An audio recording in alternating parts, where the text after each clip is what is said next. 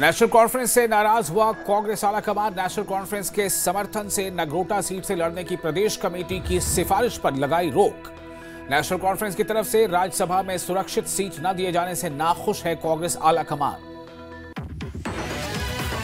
Statehood की मांग को लेकर कांग्रेस की क्रमिक भूख हड़ताल जारी। पुलवामा कांग्रेस अध्यक्ष उमर जान बैठे भूख हड़ताल पर, बोले मांगे पूरी नहीं होने तक जारी रहेगी लड़ाई। एपेक्स बॉडी और केडीए ने बातचीत के लिए स्वीकारा केंद्र का न्योता। 22 अक्टूबर को केंद्रीय गृह मंत्रालय से बातचीत के लिए दिल्ली जाएंगे एपेक्स बॉडी और केडीए सब कमेटी के सदस्य।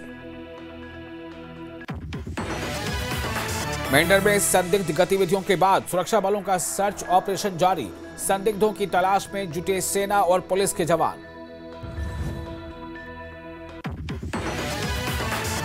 उत्तर प्रदेश के अयोध्या में भव्य दीपोत्सव 56 घंटों तक पर 28 लाख दिए जलाए गए।